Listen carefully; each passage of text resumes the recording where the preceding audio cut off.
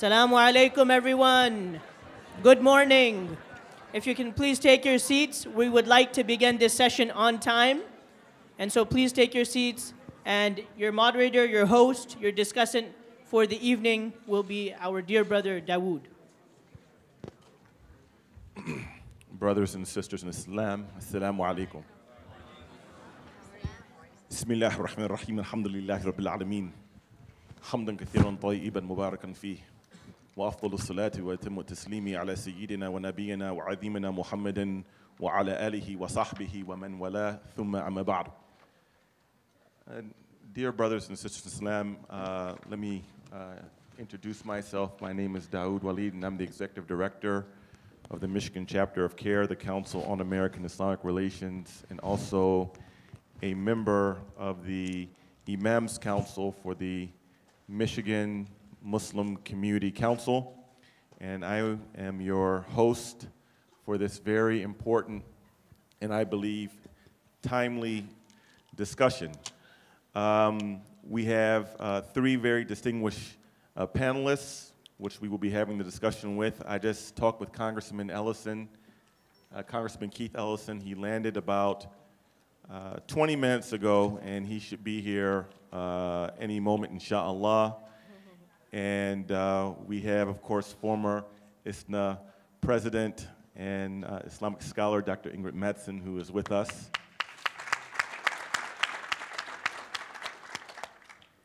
And also my partner in justice, Sister Linda Sarsour, who is the Executive Director of the Arab American Association in the city of New York, or she would say Brooklyn. She's a proud Brooklynite, so we'd also like to have and welcome Sister Linda Sarsour.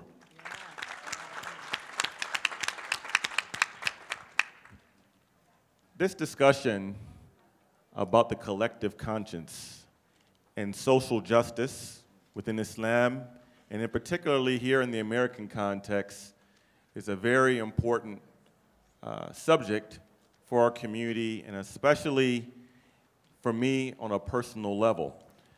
In my activism with the Council on American Islamic Relations for almost the past decade, I've been actively involved in terms of the civil rights movement and trying to restore civil liberties to the American Muslim community, and also fighting against the pervasive social disease of Islamophobia.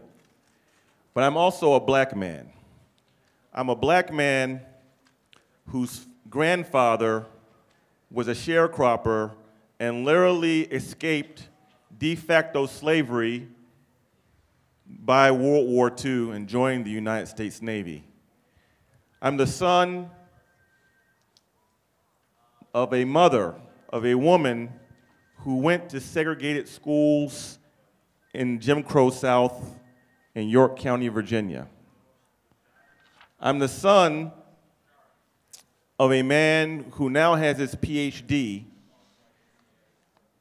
who was falsely accused, put in jail, and lost everything, but was later exonerated simply because he was a black man being falsely accused of rape by a white woman. So the issue of social justice, institutional oppression, and how it plays itself out throughout communities of color is not something that is abstract for me, but it has been my lived experience my entire life. It's my lived experience. So with that, I would also say, and I've been on this campaign recently, actually the whole month of Shahr Ramadan, I was giving khutbah, different masajid, and also giving the khatira in between the Taraweeh at many masajid, at least about 10 during the month of Ramadan, in different cities in Michigan. And I've been saying to I said to the Muslim community throughout the month of Ramadan, which fits into the spirit of this discussion, that justice does not mean just us. Justice does not mean just us. If we think that justice is just for Muslims, then we do not understand what justice means in Islam. We don't understand it. And inshallah, none of us have this understanding here in the room. With that, I'd like to go to our first discussant, our first panelist, Dr. Madsen. And in regards to the issues of social justice, and you are an Islamic scholar, if you could elaborate for us the importance of social justice in Islam, and if you could also give some examples to us of the justice of Prophet Muhammad sallallahu alaihi wasallam, where he took on a justice issue that was not Muslim specific, but was something that affected the entire society in the Hijaz. All right. Bismillah ar-Rahman ar-Rahim. Thank you, brother. I'm really honored to be and happy to be on this panel. I think it's appropriate, given that this is Labor Day weekend, to give an example from labor. And I've said for so many years that our convention is on Labor Day. We need to do more to recognize why we have this weekend and why it's called Labor Day, and how government regulation that was instituted after the collective agitation of people, and there were many martyrs to the labor movement in this country, to ensure safe and secure workplaces, to ensure a minimum age for labor, fair wages, the ability to organize collectively, which is the foundation to be able to actually ensure that there's the power to push forward all of these rights. This has raised millions and millions of people out of abject poverty. You know, my own grandparents I grew up in Canada, and my grandmother remembers moving from house to house every couple of months to escape the rent collector, because they were unable to make a decent living. My aunt and uncle, who celebrated their 50th wedding anniversary, were both teachers, talked about how the unionization of teachers allowed them to have a dignified and well-paid position, so they actually could make a living and have a family. I mean, these things are really important for us to understand, because if people are scrambling, they don't have enough money to pay their rent, they've got to move from place to place, they don't know where the food's going to come next, those people are not going to be able to have any time, energy, or resources to support any other causes.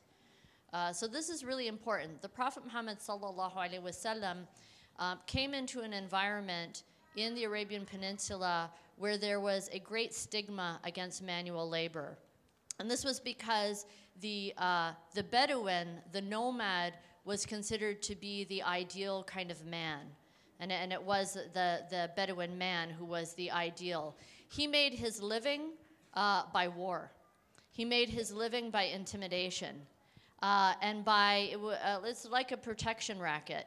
Everything that the nomadic tribes got, it was through the work of others who did manual labor. So this pre-Islamic poetry is filled with all sorts of references and stories of those who did manual labor, how they were looked down upon. And if you wanted to elevate a woman, it was by getting her a slave who would do her work so that then she could sleep in. She was called Na'amat ad-duha, the woman who sleeps until mid-morning.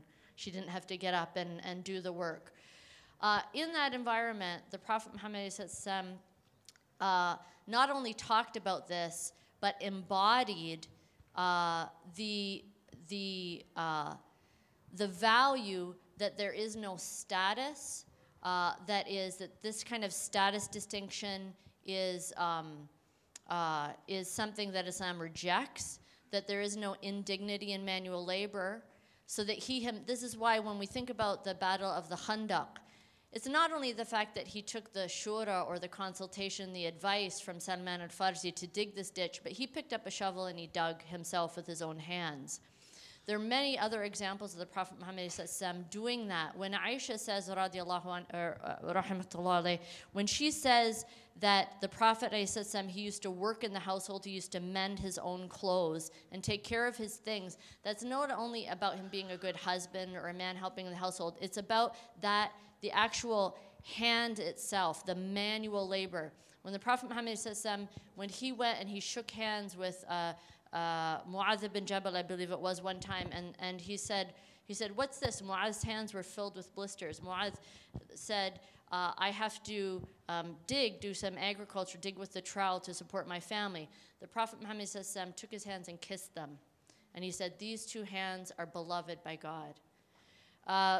When his daughter, when the Prophet Muhammad's daughter, Fatima, radiallahu anha, when she asked for a slave to help her with her work because she said it's too tough to do all this housework, the Prophet Muhammad instead said, I'll give you something better. And he gave her dua to say. So this is so that she wouldn't, it's not to say that you can't have someone who can help you, but especially if you're in a position of power, you have to be very careful about what example you're modeling. So what would it look like for his daughter to have all of her needs taken care of a servant? And finally, when, subhanAllah, in this time when there were prisoners of war, they were taken as captives. So Abu Dhar, may Allah be pleased with him, had a captive from one of the battles. And the Prophet Muhammad said, Abu Dhar, this is your brother who God has placed between your hands. So feed him with what you eat, clothe him with what you wear, and do not give him more work than he can handle. And if you give him too much work, help him with it. Now, we have 4 amazing lessons there. Feed him with what you eat, clothe him with what you wear. That means fair wages, a fair that every human being has the right to have a decent, what you consider a decent level, everyone has the right to do that. Do not overwork someone, and that is the basis for things like limiting the hours of work, giving people breaks, and then if you give them too much work, help them with it. That takes away the status between me and you, that I am a person who is above doing manual work. If you go there and you work with them together, this shows that it's just a division of labor. It's not about me being above this. And this distinction is a sickness in the Muslim world currently, in the places where the elite absolutely belittle and look down upon people who are doing the manual labor, whether it's women who are cleaning their house or construction workers from Bangladesh who are doing the buildings. And it's the same thing in this country, where we are willing to tolerate people in working environments, whether it's at Walmart or other places, where they're in miserable conditions. They're not being given fair and decent and dignified working conditions, including in scheduling, that makes their lives miserable, and it makes it impossible for them to have a family life. So I think this is a good place to start. Assalamu alaikum. Assalamu alaikum, everybody. Thank you very much, Dr. Madsen. In your comments, you reminded me of 2 things. One is a story, but first, just from historical knowledge and background, for those of you who are non-Detroiters, that the organized labor movement, the union movement, was birthed right here in the city of Detroit. The AFL, CIO, UAW, Teamsters, all of that was birthed right here. And actually, through organized labor, helped give birth to the working class, for the middle class in America. There was no middle class in America until the organized labor movement started right here in the city of Detroit. And when we see the attack on organized labor, it is an attack on the middle class in this United States of America. Make no mistake about, so Detroit is really, I'm about to use a term, but it's associated with 9/11. But this is the battleground for a lot of the economic injustices in America. You are right here on the battleground in terms of economic disparities and how the attack on organized labor really has affected the entire country. And what Dr. Matson said was very true regarding the what goes on in many of the Muslim countries. I'll tell a quick story before I go to Congressman Ellison. The first time I made Hajj, I was in El Medina, and it was after Salat Isha, so we're with the American group, and we got tired of eating kebsa. So we decided to go to the Kentucky Fried Chicken to get some halal original recipe. So I went to go get a two-piece combo, and I made the mistake by way of getting the fountain drink because it uses the regular Saudi water. It's not Ma Zamzam, so that's a whole other problem. But as I got the chicken, I was eating. There was a Saudi man that was there. He had dishdasha and kufiya, red and white on his head, and he was eating a chicken sandwich. There was a brother who was Bengali, who was a street sweeper across the street. So he takes the wrapper, he drops it at his foot, and he said, "Ya Bangladesh, ta'al." And he pointed down at his foot, and the brother came and swept it up. And subhanAllah, the emir of the group named Suleiman, he's assistant imam at the Masjid of Al-Islam. He looked at me and like, "Dawood, don't do it," because I had the look in my eyes like I wanted to take that kufiya and wrap it around his neck, but we could see the green dome of Al-Masjid al-Nabawi. But my point is that in regards to social justice, that and talking about the rights of workers, that really in many of our Muslim countries, including at the Haramain, we have some serious problems in terms of justice and rights of the worker. We have our brother, Congressman Keith Ellison, and for those of you who don't know, he is a native Detroiter. Friend of mine, Wayne State graduate.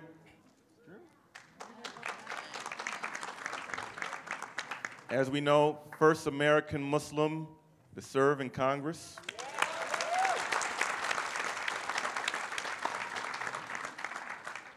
And a man of the people.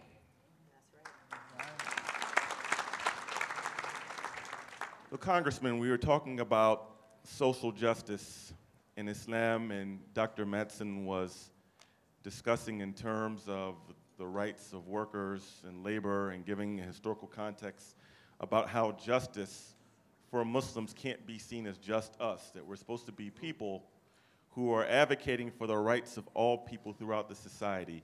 From a political perspective, I'd like for you to give us some comments on the importance of the Muslim community being involved in broader social justice issues and how that can help build political power and political capital for the American Muslim community.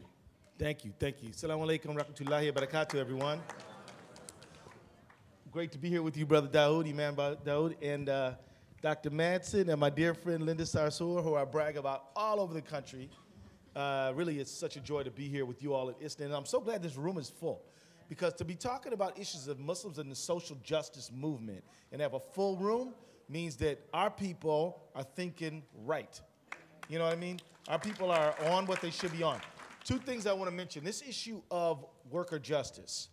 The Muslim community should embrace this completely. Let me give you an example of how the labor movement moves to the emergence of the American middle class. My father, who was the son of a factory worker and was a factory worker himself, drops out of high school, goes to the Army from here in Detroit, goes to World War II, and avoids Korea somehow, uses the GI Bill to go to Wayne State and then to University of Michigan, medical school. Forgive me for that one, guys. So my father uses his job at Ford Motor Company to go to pay for his education at Wayne State, which he then uses the GI Bill to go to University of Michigan Medical School.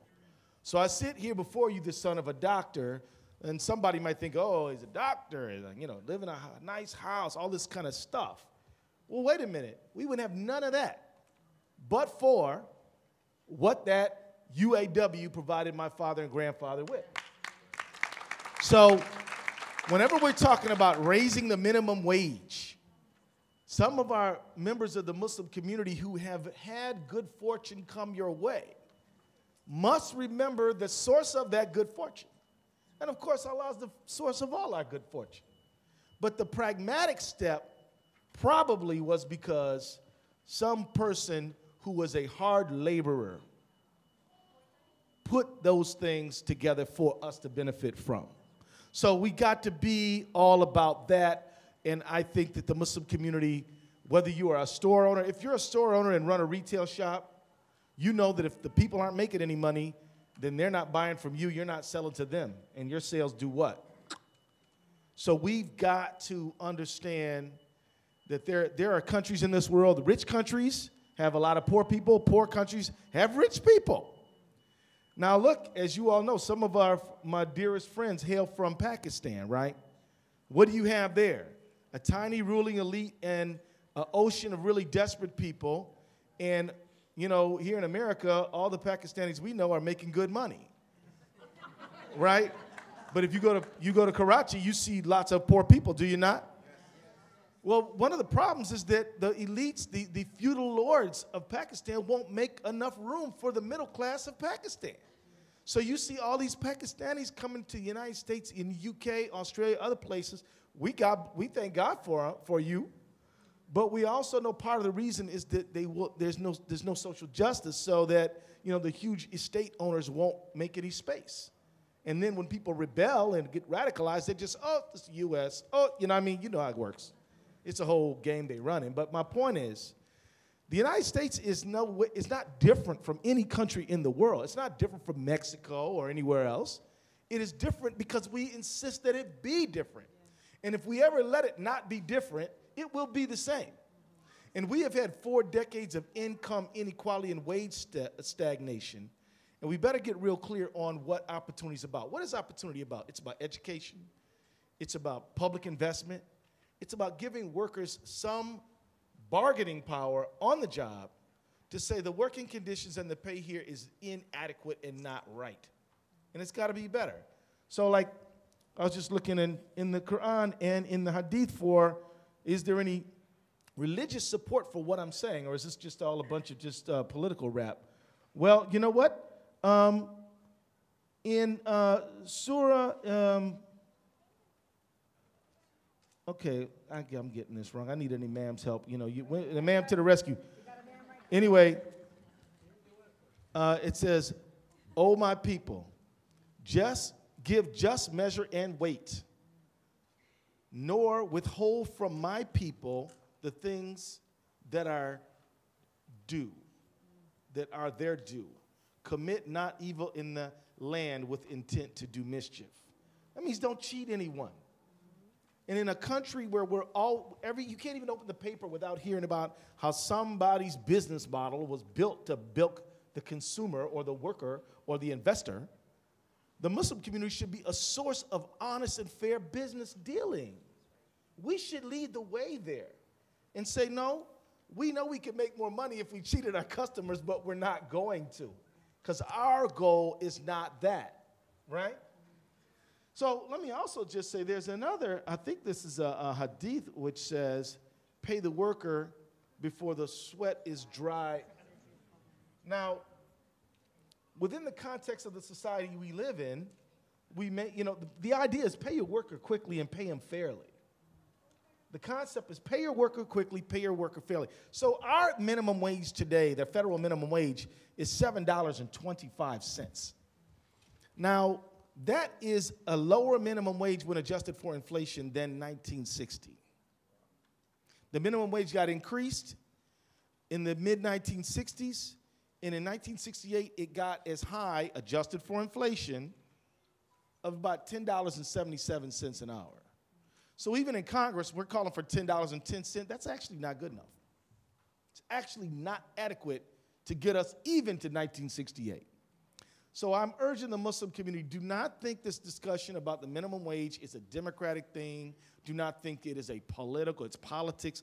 It is paying workers fairly. It is in the sunnah to pay workers fairly. and we cannot disassociate it from who we are and what we're about. If you remind me a pivot, I just want a quick pivot. This thing in Ferguson, this is your business. This is your business. And I'm not just talking about if your ancestral roots are from Africa. I mean everywhere on the globe, every inch of the globe, Ferguson is your business. Because if they're going to pull you off of an airplane and they're going to pull some kid off, shoot some kid because of he's black, or they're going to stop you because of your hijab, how's that different from stopping you because of your hoodie? Yeah. It is the same, and we must view it as the same, and we have to embrace it as the same, and we have to understand that the police, their job is to protect and serve us. When they engage in a predatory relationship with the community they are dedicated to serve, then that is an abrogation of justice. And so I don't want to talk too long because I want to get to you and give it back to the Imam. But I just want to say that on these issues of profiling, on these issues of vigilante justice, please do not allow any Muslim who you know to operate under the illusion, well, that's their problem, that's not my problem. No, that is all of our problem whenever individuals who are working with law enforcement or law enforcement itself sees itself as something other than the protector of the people and sees itself as somehow and this issue that me and people in the Congress and the Progressive Caucus are concerned about of the militarization of our police force, very concerning. You should never confuse a cop for a soldier. A cop should do cop stuff. A soldier should do soldier stuff. So police officers are there to protect the people. Military are there to fight wars with the enemy. And once you mix the two, we're in very, very dangerous territory. So that's all I want to say for this moment. I got a lot more to say later, but I'm going to hand it back to the Imam.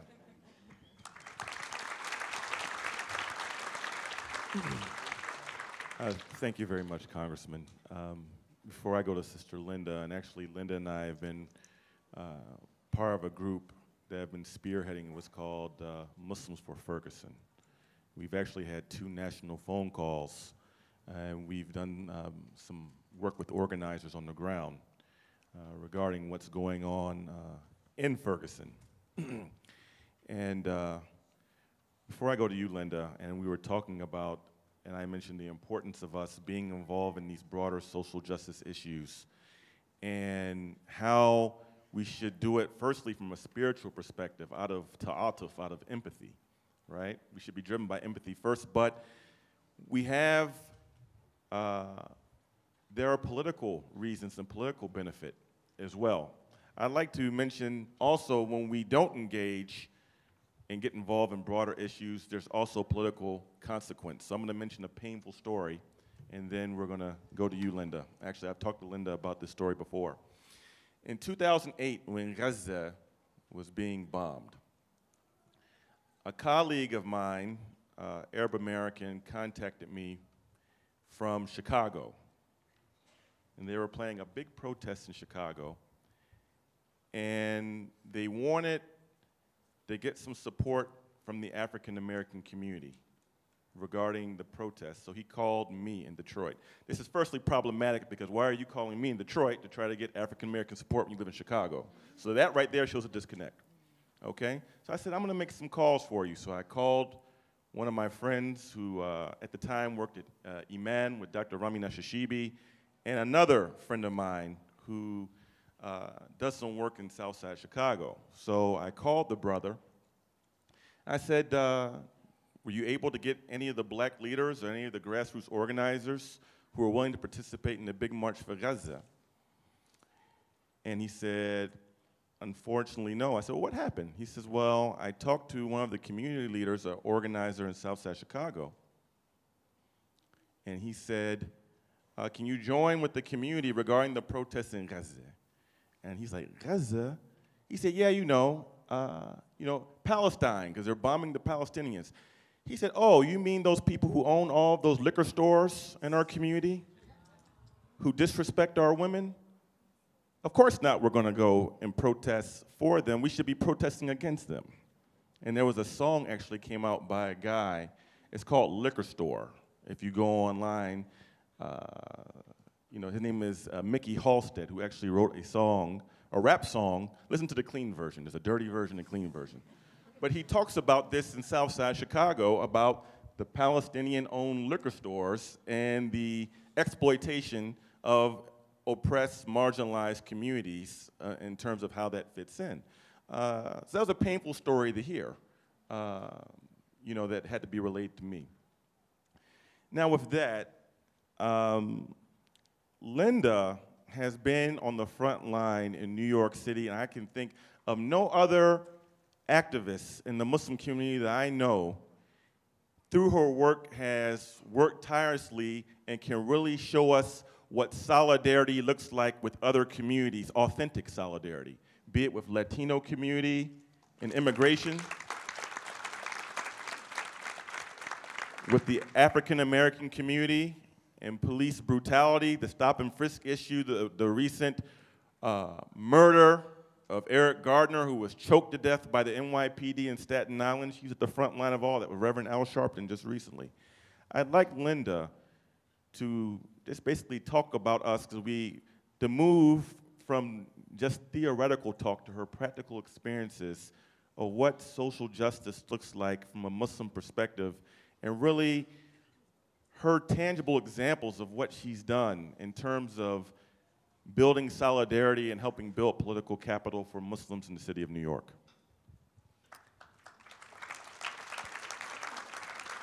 Thank you.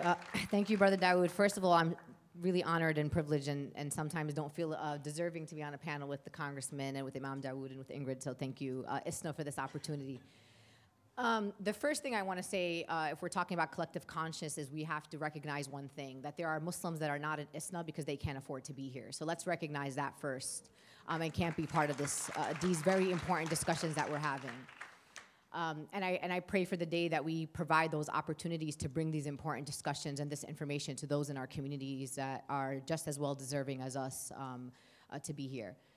So for me, as a Muslim, it's important for me to think about, you know, how do we do da'wah, right? And a lot of times it's like we want to sit somebody down, some like white American, and you're like, you know, Islam is about these 5 things, and we have to pray 5 times a day, and we fast, and they start trying to explain Ramadan, and I'm like, really? Like, unless you're trying to convert someone, like, that's not really helpful. And what I found is that for me, the most impactful and effective form of da'wah is being part of the social justice movement. And when asked, why are you there? Why are you standing here? Why are you working? You say, it's because this is what your faith teaches you to do.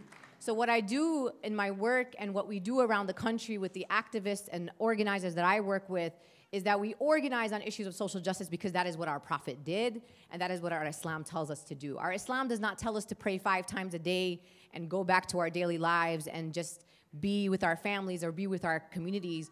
Our faith teaches us to make sure that our neighbors and that our community and that the people around us are taken care of, and that is what our Islam says.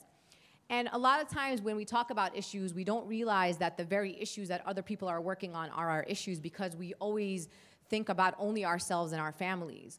So I don't have a sad story. I'm not a child of a poor family. I never grew up in poverty. But that doesn't mean that I can't work in the social justice movement. I'm not an undocumented person. I don't have to worry about being deported. But it doesn't mean that it doesn't break my heart when I see Muslim families being broken apart by the immigration system. Just because I'm not black and my 15-year-old son is not a black young man doesn't mean that it doesn't break my heart when a mother has to cry over her child who is shot in cold blood by police departments across the country. So the fact that we have to, in our community, question whether or not an issue is ours, really that is the question of your faith and your iman. And I tell that to people all the time when we have discussions in our community about what issues do Muslims have to work on. If you have to ask me why we as a community need to speak up when a community in Ferguson is occupied by military forces, then you need to go back to the masjid and start questioning your faith, your Islam, and what prophet you follow, because it ain't our prophet. So I just want to give you one tangible example in New York City. In 2011, we found out, or we already knew as a Muslim community, but everybody else found out, that the New York Police Department was engaging in unwarranted surveillance of the Muslim community. We're talking about bookstores, cafes, our masajid, our civic organizations, prominent individuals. I mean, some of the top imams in the country, including ones like Imam Siraj Wahaj, put on lists like the most dangerous, you know? And for our community, it was a confirmation of something we already knew. But at the same time in New York City, there was already an NYPD accountability campaign that's been going on for decades on issues like stop and frisk, which is a discriminatory policy that targets blacks and Latinos in New York City. Did it make sense for the Muslim community to start our own NYPD accountability campaign because all of a sudden now we were being targeted by the New York Police Department? It made absolutely no sense.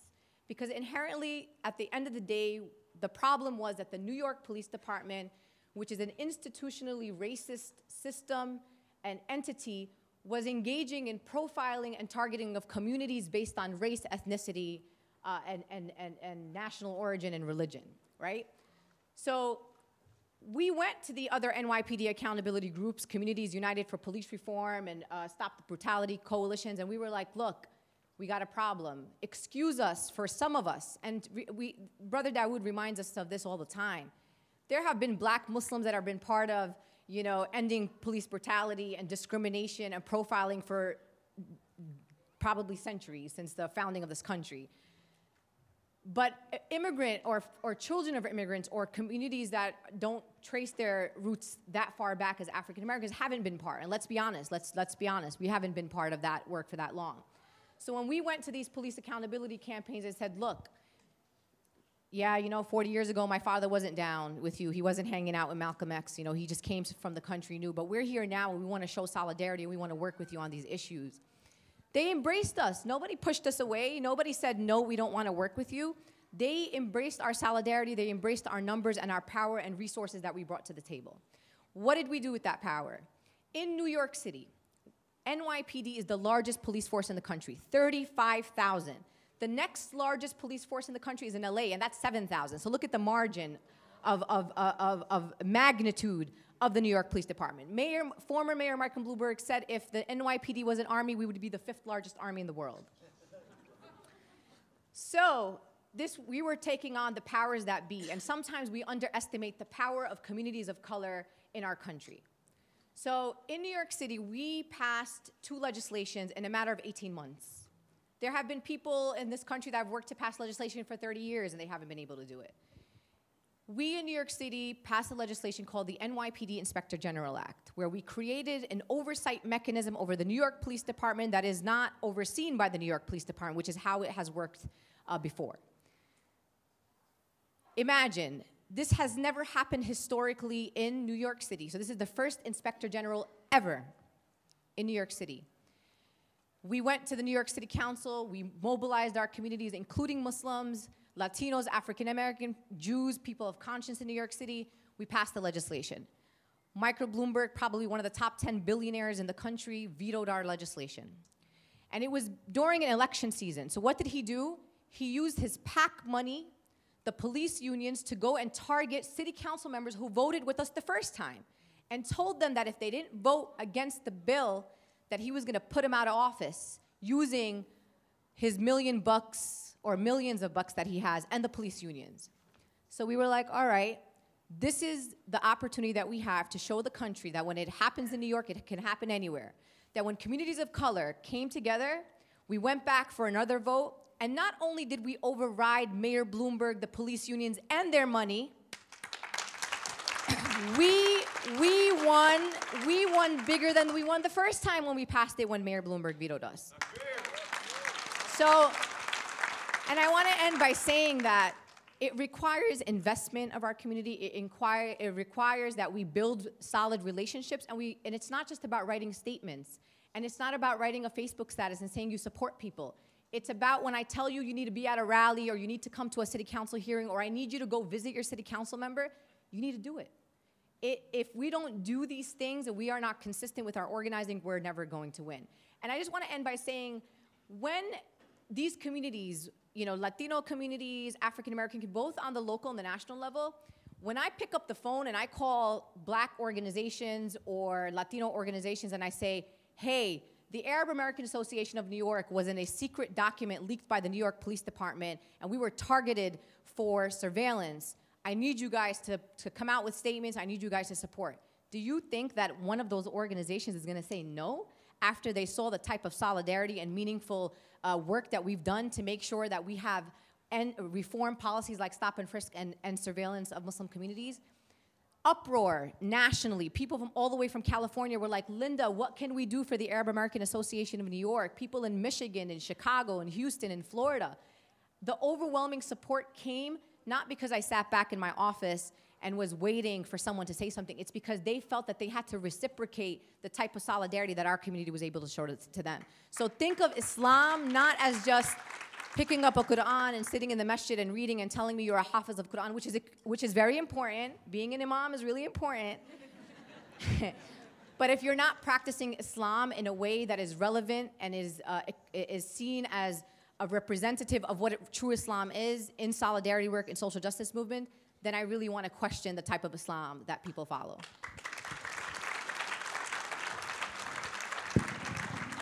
Thank you for your comments, Sister Linda. I have two things to say, and then we'll open up to the floor. I'm sure you all have some important questions for our three distinguished panelists. But on one of our calls about Muslims for Ferguson, there was a very compelling young man who was a community organizer in Ferguson, African-American Christian, and who literally led the first protests that were peaceful in Ferguson. If any of you were listening to that call, you may remember this man's name is Tarian was his name. He said that after the first day of protesting, and they were being, tear gas was being shot at the protesters, peaceful protesters, by the way, that there was a Palestinian-American woman that came there the next day and showed the people how to basically make homemade gas masks for the tear gas. Now, that stuck in the minds because there was no one else out there that was black. I mean, the local Latino community didn't show up. Other people, well, I call them oppression tourists, came out later to go and take pictures and these types of things, outsiders. But this Palestinian woman was the first person that came out and showed solidarity. And they ended up getting it, making the connections. Come to find out, the same tear gas that shot in Ferguson is the same tear gas company that shot in Palestine, made by a company in Kentucky. Actually, the St. Louis police chief and the St. Louis police were trained in crowd control and counterterrorism by the IDF.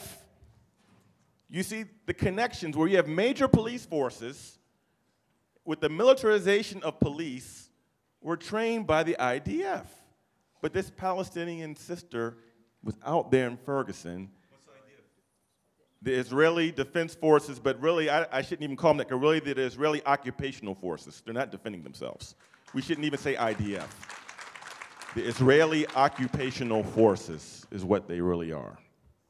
Okay, so also, just a statistic for you, for those of you who think that Ferguson was some sort of anomaly. In 2012, there are statistics that show that 313 unarmed black men were killed by the police, security guards, or so-called neighborhood watch people like George Zimmerman. That comes out to one unarmed black male who suffers an extrajudicial killing every 28 hours in America. And this is nothing new. This has gone on since Reconstruction. This is no new phenomenon, not including those who are injured, who aren't killed and suffer police brutality, like the statement you may have seen CARE put out yesterday of the guy who was minding his business in Minnesota who was tased by the police, and he wasn't doing anything illegal. He just was black. That was it. That was enough to be tased. So this is no new phenomenon.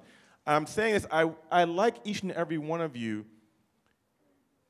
to really understand and own the black experience as an authentic part of the American Muslim experience. We need to reframe how we discuss these things and how we think of it. We as Muslims shouldn't be saying, well, we learn, and we as a community, we want to show solidarity with the African American community as Muslims. No. No. The first Muslims here were African American.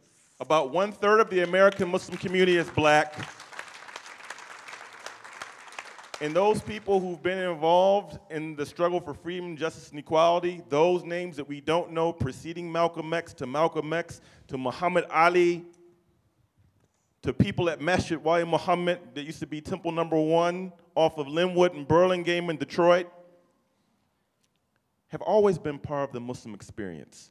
So it's part of our historical legacy and our contemporary reality. One of the board members of CARE, Dr. Jimmy Jones, his son was unjustly killed by police in Connecticut. Ahmadou Diallo in New York was shot to death multiple times. Muslim, West African immigrant. Another guy after the name of Uthman was shot to death multiple times. You know? So I mean, this is something that is directly affected to the black experience, but Muslims have also suffered this police brutality and died. So it's part of our history. We should draw strength from the experiences as part of our contemporary reality. And I say that black suffering in America is just as much a Muslim issue as Palestinian suffering. That's how we should look at it, from my opinion, from my viewpoint. With that, I'd like to open up the floor to some questions, if we can get some hands that have any questions towards the panelists. If you could come a little closer so I could hear you, because I'm getting old. Believe it or not, I'm over 40 now, so I'm losing my hearing. Yes? Yeah, actually, here we go. Assalamu alaikum. I think you brought up a lot of good points, so Jazakallah khair. No khutbahs. Nope. Questions within 30 seconds. 30 seconds. So we talk about social injustices, which I think we do a fantastic job domestically relative to some of the international countries that you discussed earlier. But a lot of our U.S. taxpayer dollars goes to fuel a lot of social injustices as well. So specifically, since we're at an ISNA conference, what role does ISNA play relative to some of the other larger Muslim organizations and having a voice for the members here? Thank you for the question. Given that there's no official ISNA rep up here on the stage right now, I'm not sure, but we have Dr. Madsen, who's right there, who's a former president, so perhaps she can answer your question. Well, I think there's a few different questions there. I don't want to focus, this to be an ISNA session, although we're here, but I would say, we have to, when we talk about collective conscience, there's a term in Islamic law called fard kifaya, and that means a collective obligation. So anytime we have a collective obligation, what we have to do is find the mechanisms for fulfilling that collective obligation. The most effective way is to have many specialized organizations that that complement each other, that know about each other, that are able to network and link, but really harness the energy of the people for a particular function that needs to be fulfilled collectively. ISNA's history, 51 years now, is to be a platform for discussion, to be a place where the diversity of ideas can be discussed, where this is why ISNA really uniquely has for many, many years had parallel sessions where the community actually, community members come and they say, I want to show the rest of the Muslim American community what we're doing in Ohio or here or there, or what we're doing in worker justice, or what we're doing in food security. So there needs to be a place where the diversity of ideas can be discussed. We are not an advocacy group for a particular issue, although of course with the convening power, there are some things where there's a consensus of Muslims, I think, or at least a near consensus. When I was ISNA president, there were certain issues that politically I had very strong opinions about, but I wasn't elected to be a representative or a spokesperson of the Muslim community to speak for a particular political agenda, domestic political agenda. That would be a violation of the ethics of my office of responsibility. Once I became a free agent again, I can say, you know, whatever I want, and I advocate very strong progressive domestic politics. But we have members here who are libertarians, you know, and this should be a place where a Muslim who's a libertarian can get in a very, you know, open and safe discussion with a Muslim who's on the far left. And I think it's really important that that we do that. Can I just say you know, just because I might not have time for it otherwise, if we're talking about foreign and domestic, in the globalized environment, I mean, we see this issue of Ferguson, all these things are mixing together and it becomes very confusing. I would say that, you know, there's one expression that I think can really help us in this, which is follow the money. And what I mean by that is follow first and foremost your own money. Where are you spending your money? Where are you taking your money? And this gives us a kind of grounding in where we are. What I mean by that is you're paying someone. You are paying someone to do a job. Are you paying them well? Are you being fair? You are buying something. What about the people that you bought that from? You may be buying something from Bangladesh. That's why I have to care about factory workers in Bangladesh, because I buy some products from Bangladesh. So it's not just like over there. I've got it on me. I'm walking around with it. So I think that if we need a more, you know, sometimes we live as Muslims in this kind of world, in our head. And we forget where we are. So I really advocate for a very visceral, embodied sense of where you are and just make connections. My food, you know, my income, my housing. And this is why an issue like for African Americans is critical, because as a Muslim, it is unlawful for us to benefit from stolen land, stolen labor. There are the indigenous people of America and Canada had their land stolen. That's why there needs to be not charity. Charity is not social justice. There is a legal obligation as a Muslim, to make reparations for people whose land and labor was stolen. We're in a violation of Islamic law by sitting and enjoying the fruits of unjust labor and stolen land. So if we want to live in a, you know, we talk about halal food, we need halal land. We need to be to really deepen our understanding of what it means to consume in a halal way. Can I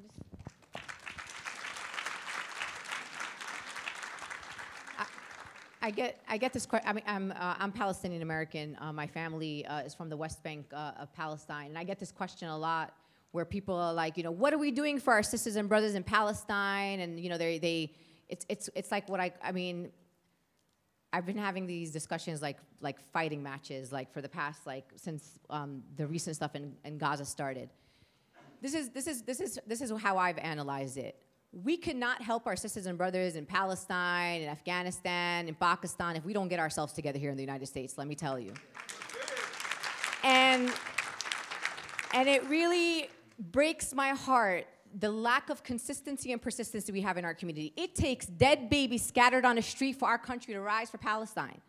Like the fact that these massive protests and all this, you know, re-energizing of talks on boycotts and all this like lobbying that everybody wants to do.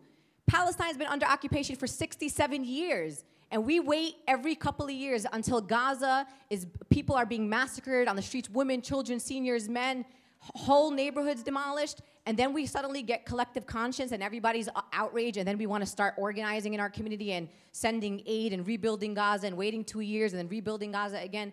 This is the problem that we have. We are not persistent and consistent in the community, and why the opposition in this country beats us 20 times over, because they have two things. They don't have more money than us. They don't have a larger population than we have. They don't have more intellect or education than we have. They don't have a higher moral compass than our community has or our faith has. They're just persistent and consistent about it. They don't just stop and start and stop and start. And then when we think about like the Arab Spring, and this is something that really, for me personally, connected to me in the past couple of years, we have Muslim sisters and brothers across the world who are standing up against snipers and tanks and risking their lives for the opportunity at democracy. And we have that right here in this country. And you go and tell a Muslim around election day it's time for you to get to the polls and vote your conscience. Oh, that doesn't matter. It doesn't do anything. Waste of our time. And we have our brothers and sisters massacred by the tens of thousands. We're talking about almost 1,000 Syrians a day are being massacred. And all they want is the very basic freedoms that we have in this country, and we haven't learned how to use it. So before you ask me about where my money's going and why are people in Pakistan suffering, or why are people in Palestine, and I'm Palestinian. It breaks my heart every day that my family has to live in that current condition. And the way that I rationalize and make myself feel better is that what I'm doing is I'm building political capital and power of my community here in the United States so that I can then, this is how the opposition does it. You build political power here, political capital here, and then you're able to then impact foreign policy on our brothers and sisters. And then the other thing I want to point out is that before I care about, Pakistani sisters and brothers or even Palestinians, in Brooklyn and places where I live, even here in Detroit and places like Hamtramck, we have poor Muslim sisters and brothers right here in our own cities. And we're raising millions of dollars when we have people that are homeless in our own community, or people who can't feed their children, or women who've had to leave domestic violence situations and are waiting for someone in our community to help them. So we got to start building power domestically to have power globally and to impact our brothers and sisters across the world. Thank you very much, Sister Linda. And and I have like Dr. Hatem, and I saw a sister there, then Brother Mahdi. Those probably will be the last three because we only have 17 minutes. Just to drive home her point, in the state of Michigan, 4 out of every 10 children in the state live in poverty and suffer malnutrition. Now, we're not talking about Burma, right? Or Sierra Leone, where the Ebola virus is going on. We're talking about in the so-called leader of the free world, right here in the state of Michigan, in Highland Park, Michigan, Hamtramck, as she mentioned. A lot of these are Bengali American Muslims, African American Muslims, Yemeni American Muslims, right here, children suffering from malnutrition. So that's the reality of what's going on right here, even amongst our own community, as Sister Linda pointed out. Dr. Hatem. Jazakallah. Assalamu alaikum. I think it's important for us how to frame what is taking place to take a longer historical view of America. Martin Luther King says that the bombs that are dropped in Vietnam blows up in our inner cities. And through the past, just from 2001 till now, the U.S. has spent almost $2 trillion on the war on terrorism. So we have to make the link between the internal political racist structure and the global political structure, and not to deal with them as indivisible parts, but rather as a whole process. City of Detroit is bankrupt, but yet we sent $225 million immediately to Israel on top of $3 billion.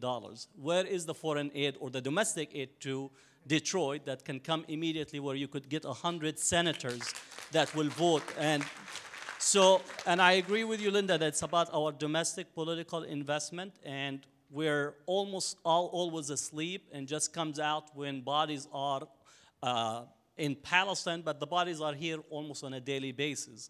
The challenge for us is to reconstitute a real civil rights coalition once again that is uncompromising, that continue to push for a whole new agenda in this country.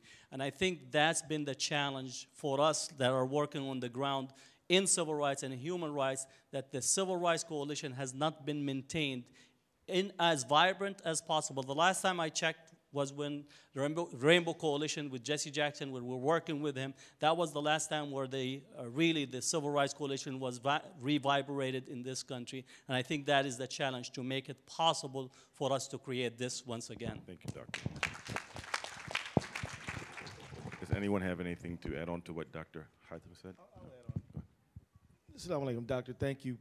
You know, the question to me often is how? Because I think the will of the people is there. I mean, just look at this full room.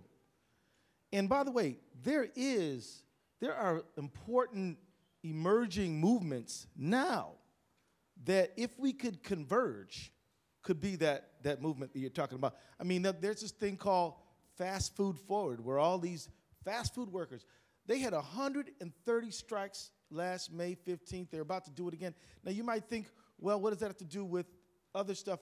Well, everything, because when I was with them in Chicago no more than about a month ago, one of the things that these fast food workers kept talking about is the criminal justice system and how they couldn't get work because they had their brushes with the law. Why did they have brushes with the law?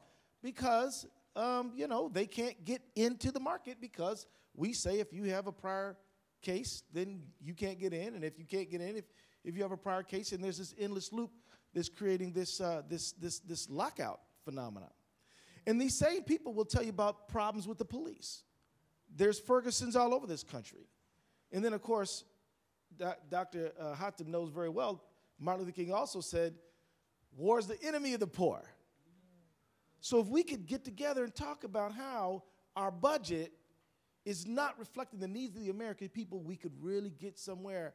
But it's really about how. I'll say everything Linda said about how is good. I'll add on a few things. Some people can't get down to the rally or the congressional office or whatever. I say just call or email, do something to be in solidarity with this movement that's about bread, peace, freedom, these major themes. I want to just tell you a sad story that I hope will motivate us to action. I'm not trying to lay a downer on anybody. I'm giving you some good information that might motivate you. So, you know, yeah, the Congress did give $225 million to Israel for Iron Dome. Me and 8 other people voted no. Well, let me say, but it wasn't because I don't want to protect Israelis. I care about everyone's life.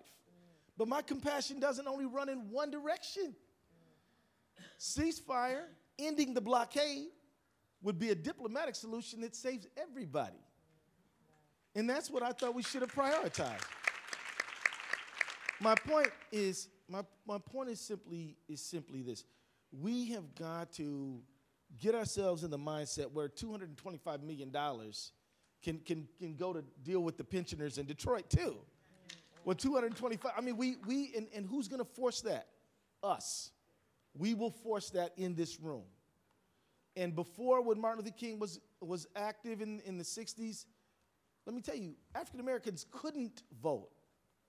Don't glorify the march that much. You know why? Because they were marching because they had no other choice. That's right. You can march and vote and donate and do all these things. So we've got to do it. I think right now we're in a moment of potential convergence. We're in a movement moment, and we've got to seize that moment. And the Muslim community has got to be a key partner in that convergence. So let's do it here. Let's do it now. Thank you very much, Congressman. We have 2 more people, the sister right there, and then Mahdi, and then we'll end with closing comments. We only have 10 minutes left. Wa alaikum salam. I was just interested in how does our message become louder over the lies of Fox News, and is anything being done? Because the type of nonsense that they put on is really outright lies. And I'm just wondering, how can we silence that and bring out our real message as to how to help people? Okay, I just want to repeat basically what the sister says. How do we amplify our voices and get our message out more when we have certain right-wing media like Fox News that continues to spew out nonsense and misinformation? This is going to be real quick. I mentioned a sad story that was designed to propel us. Here's a sad story. After the crisis in Gaza began, the first people who were Muslim or Middle Eastern or in solidarity with people from the region who came to talk to me personally in my office was Tariq Abu Qadir, which was, and by that time, he had already spent some time in an Israeli jail, had to travel all the way back here. You know what I'm saying? That same day, we had a thing on Capitol Hill. It was packed. It was so full, couldn't even get people in the room. But that was the first time And I'm telling you that people like J Street, Jewish Voice for Peace, and others were calling me, but our people were not really on the ground calling, writing. I was like, you don't even have to come. If you can't come, fine. I'm sure some people from Virginia can come. But if you can't make it here, we get the mail, we get emails. You know what I mean? And it's got to be more than a rally. Got to come in, get in their face and talk to them. But you don't have to scream it. You could just say, here is what happened to my nephew, or here's what happened to me, or here's what, I remember the whole thing with Gilad Shalit. Y'all remember that? Mm-hmm. He was in jail for 5 years. People would say, Brother Keith, there's 11,000 Gilad Shalits on the Palestinian side. Yeah, but put one of them's face on a piece of paper and pass it around and say, what about this guy's justice for this person? It's not that we need to amplify. We just need to talk at all. Do you understand what I'm saying?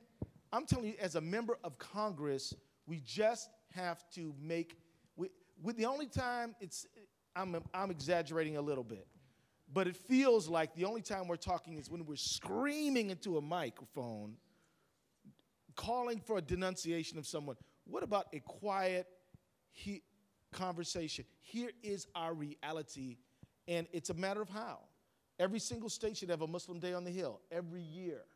Every single state should have a Muslim Day at the Hill every year. If you can't get from where you live to Albany, do one in the city of New York. Do one in Berkeley. Do one in Peoria. Do one in whatever city you're in. But there should not be a year that goes by where a legislator or policymaker can say, well, hey, they didn't call me, so I don't know. It should always be, because let me tell you about a little secret about politicians. I'm one of them. It's great when people don't call on us because we get to say, oh, they didn't even ask me. I'm going to tell you, the other folks who want other stuff, whether it's a sugar subsidy or whatever it is that they want, they make their voices heard.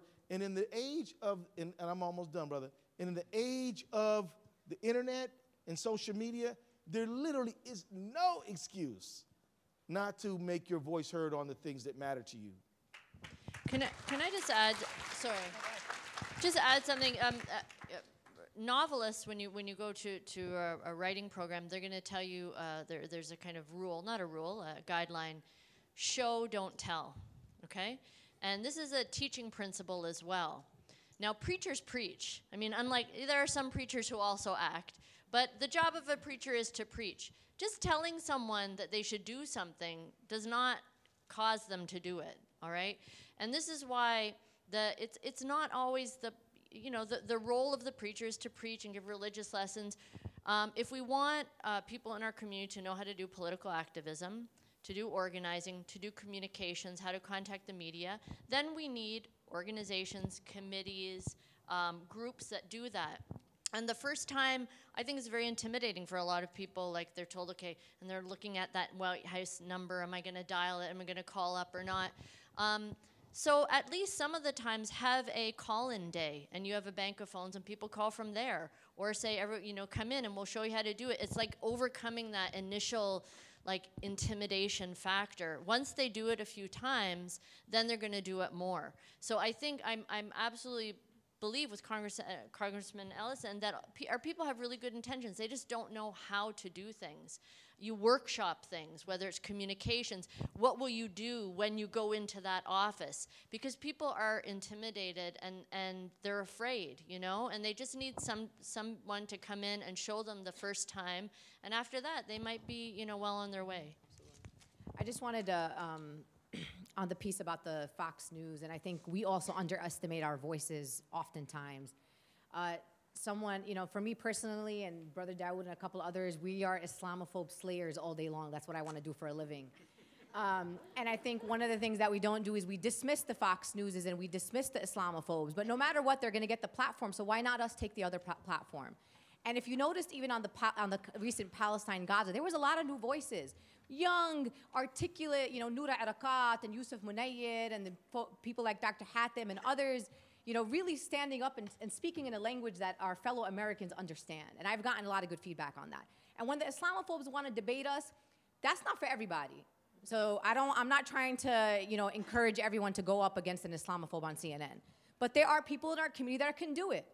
Ahmed Rihab, Brother Dawood, and Dr. Hatem. There are a lot of people, you know, and including myself, having young women in hijab go up against women, female Islamophobes, and break them down is probably the most powerful thing that we can do. So, and a lot of us have gotten TV appearances on CNN, on MSNBC, on Al Jazeera America, and others. Why? Because we created our own role online. You don't want to talk to me? That's cool, because I'm going to talk to the web universe, and there will be people out there that want to listen to me. And all of a sudden, the media started catching on to folks like us.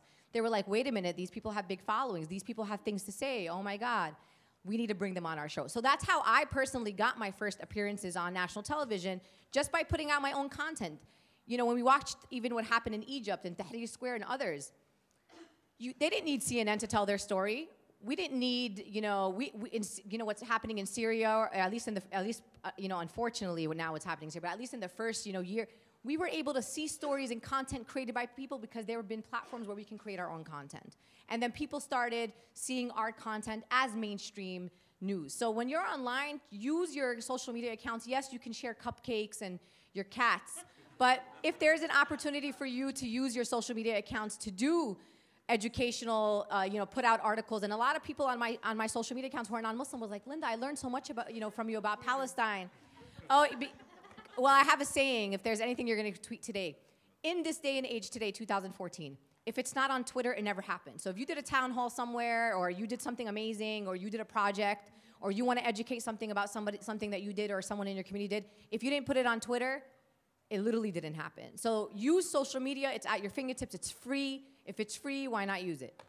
Thank you, Sister Melinda. Unfortunately, we've ran out of time. Our panelists will be available for a little bit after words before the Jimmy Carter luncheon. I'd like to close with just a reminder of a part of an ayat of Quran and a hadith that Allah Azza wa Jal describes us in the Quran. Kuntum khayra ummatin ukhrijat linnas. He says, you are the best nation extracted for humankind. But it's not just because we say that we're Muslim. There's 3 adjectives in this ayah. Kuntum khayra ummatin ukhrijat linnasi ta'munu bil ma'ruf wa tanhauna 'anil munkar wa tu'minuna billah. You are the best if you live up to these 3 adjectives. You enjoin what is good and just in your society. Mahruf is related to the word urf in Arabic, which means custom. In your area, in your locality, starting first, but for the whole world. You forbid that which is indecent and unjust, and you believe in God. And the belief in God is the last in the 3 of the sequence. And our Prophet in a hadith Hasan, sallallahu alayhi wa sallam, said, Khairun nasi man yanfa'un nas.